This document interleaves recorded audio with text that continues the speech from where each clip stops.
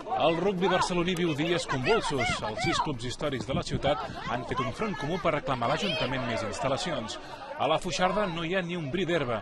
És el que passa quan els gairebé 500 jugadors del Buc i els Gòtics, que comparteixen el camp, l'utilitzen de dilluns a diumenge.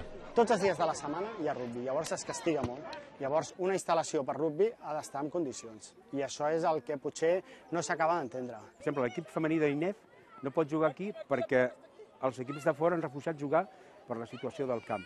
La realitat territorial de la nostra ciutat, les seves dimensions, les seves possibilitats de créixer número de camps, és difícil, però que es pot continuar treballant.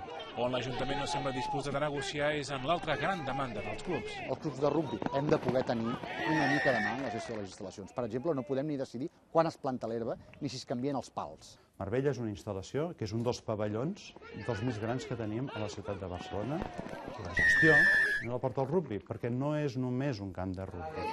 Una normativa estatal prohibeix el consum d'alcohol en recintes esportius, una llei que posa en perill el tercer temps, l'estona en què un cop acabat el partit, els jugadors de tots dos equips confraternitzen entre cervesa i cervesa.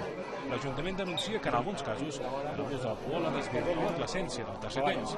Els clubs hi responen que el que vol l'Ajuntament és que el tercer temps es faci en els bars que gestiona ell mateix per al seu benefici econòmic.